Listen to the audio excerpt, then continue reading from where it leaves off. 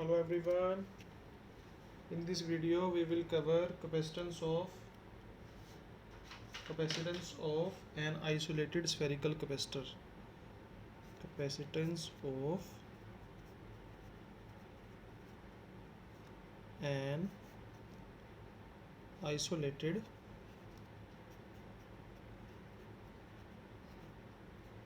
spherical capacitor.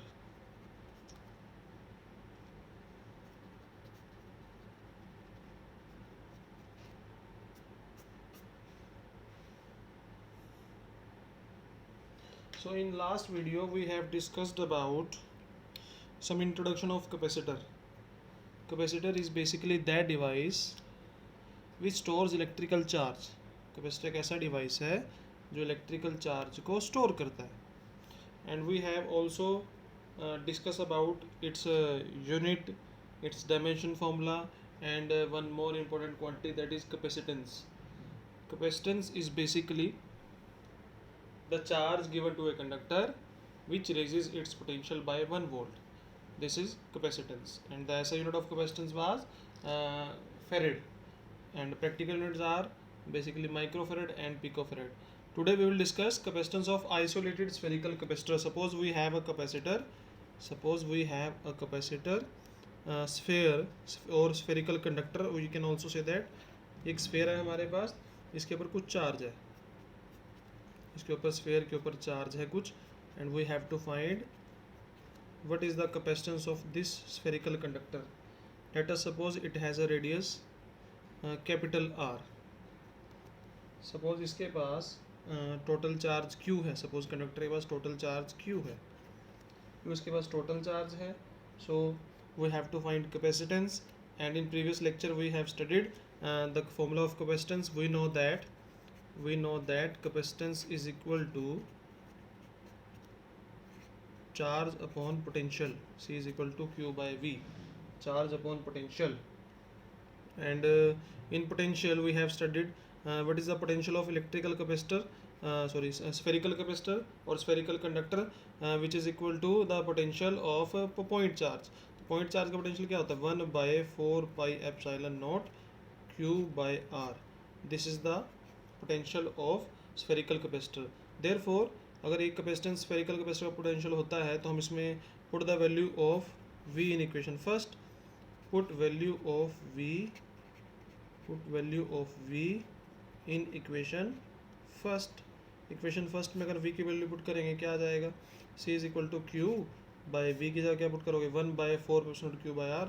तो Q और साथ में R आया, R भी ऊपर ही चला जाएगा in fact, 4 pi epsilon not R. तो Q कैंसिल आउट हो गया. We will get C is equal to 4 pi epsilon naught R. ये कैपेसिटेंस का फॉर्मूला आ गया. That shows capacitance is directly proportional to radius. मतलब जितना रेडियस ज़्यादा होगा स्फेरिकल कंडक्टर का उतना कैपेसिटेंस ज़्यादा होगा. मतलब जितना कंडक्टर बड़ा होगा उतना कैपेसिटेंस ज़्यादा होगा. अगर आपको ज़्यादा चार्ज स्टोर करवाना है सो you require a bigger spherical capacitor of larger radius. तो जितना डायरेक्टली हम ये देख रहे हैं कैपेसिटेंस डायरेक्टली प्रोपोर्शनल टू, किसके डायरेक्टली प्रोपोर्शनल है?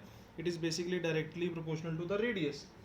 अब अगर हम देखें कि अगर हम अर्थ के पास, सपोज अर्थ का हमें रेडियस पता है, तो अगर हम अर्थ को एज्यूम करें कि अर्थ हमारे पास एक स्फेरिकल कंडक्टर है, एज्यूम करें स्फेरिकल कंडक्टर है, तो अर्थ के पास कितनी रेडियस होगी उसकी बात करते हैं. तो अर्थ के पास कितनी रेडियस होगी उसके लिए हम यहाँ पर कंसिडर करते हैं. अर्थ की रेडियस हमें पता ही है, तो हम कैपेसिटी ऑफ अर्थ निकालते हैं ऐसे. कैपेसिटी ऑफ अर्थ की कैपेसिटी बेसिकली हम यहाँ से फाइंड आउट कर रहे हैं. Capacity of earth. तो we know that radius of earth is 6400 kilometre, or we can say that 6.4 into 10 to the power 6 meter in meters. So what is the capacitance? The formula for capacitance is equal to 4 pi epsilon naught R. 4 pi epsilon naught R. On putting the values, what is the value for 4 pi epsilon naught? 1 by 4 epsilon naught की होती है 9 into 10 to the power 9. तो 4 pi epsilon naught की कितनी होगी? 1 by 9 10 to the power 9. साथ में radius आ जाएगा 6.4 into 10 to the power 6. और वैल्यूज प्लेस करने पर we will get C equal 711 microfarad. ये हमारे पास कैपेसिटेंस आ गया। अब देखो पूरी अर्थ का भी कैपेसिटेंस 1 फेरेड नहीं आया। अगर आप अर्थ की भी कैपेसिटी निकालोगे, अर्थ भी सिर्फ इतना ही चार्ज स्टोर कर सकता है। कितना? 711 माइक्रोकुलम इतना चार्ज स्टोर कर सकता है। कब? 1 वोल्ट पोटेंशियल बढ़ाने के लिए। यही तो था कैपेसिटेंस। 1 वोल्ट पोटेंशियल बढ़ाने के लिए जितना चार्ज देना पड़ेगा उतना कैपेसिटेंस होगा। तो 711 माइक्रोफेरेड तो कैपेसिटेंस हो गया। बट ये कैपेसिटेंस का मतलब क्या? स्टेटमेंट का मतलब क्या? स्टेटमेंट का मतलब है कि 711 माइक्रोकुलम चार्ज एक्सेप्ट करेगा earth to raise its potential by 1 volt. इसीलिए मैंने कल बोला था कि जो फेरेड है it is quite bigger unit which is not used practically, and practical units are microfarad, nanofarad, ये सब हैं। तो this is the capacity of earth. ये अर्थ की कैपेसिटी है। Now we will discuss principle of parallel plate capacitor. Next topic is parallel plate capacitor, which is quite important topic.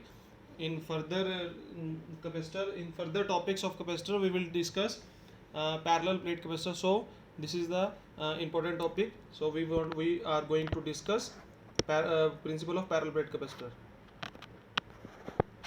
So next topic is principle of parallel plate capacitor.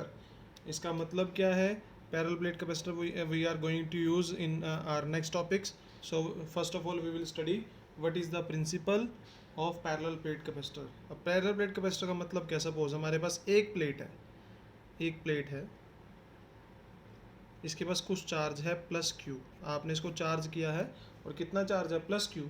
इस plate पर positive charge है। अब parallel plate capacitor हम basically करना क्या चाहते हैं?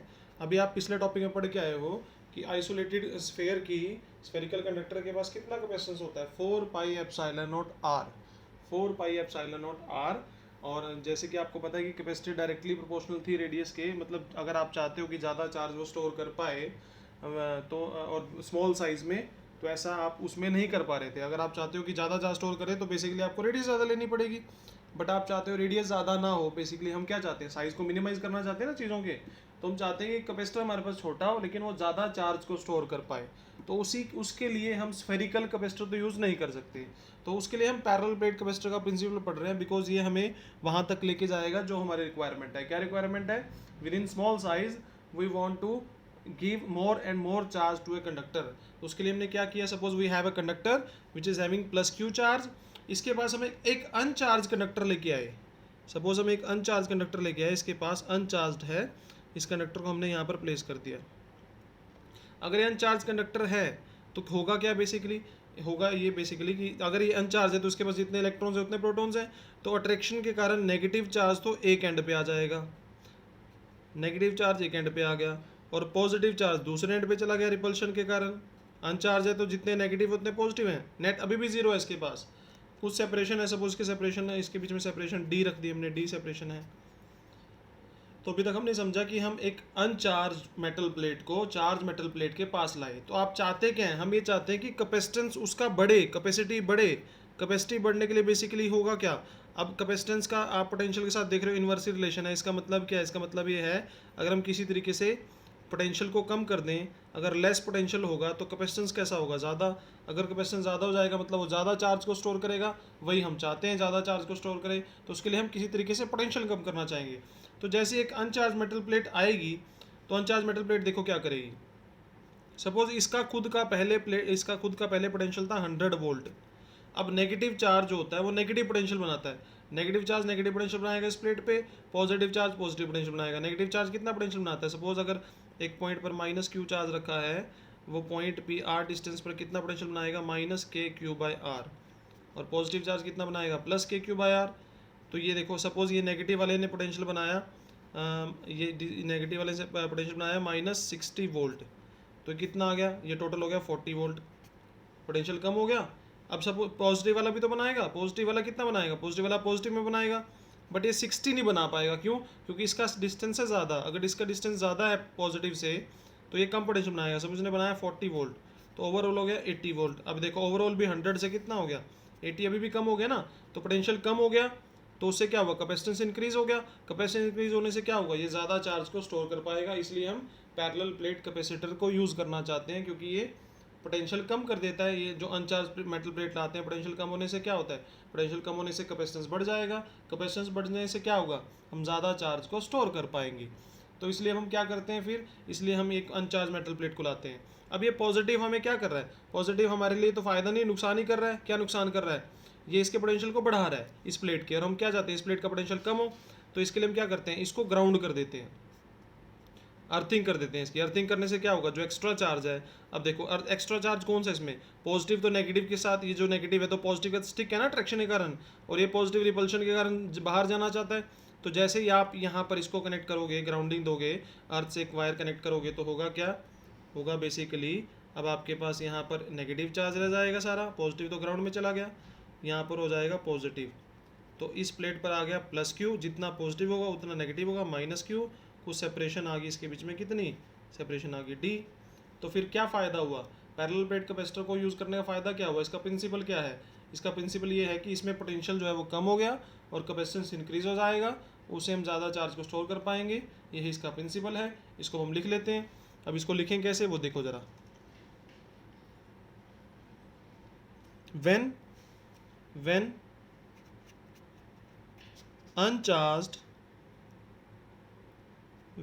uncharged ये प्रिंसिपल लिख रहे हैं हम इसका, metal plate, uncharge metal plate brought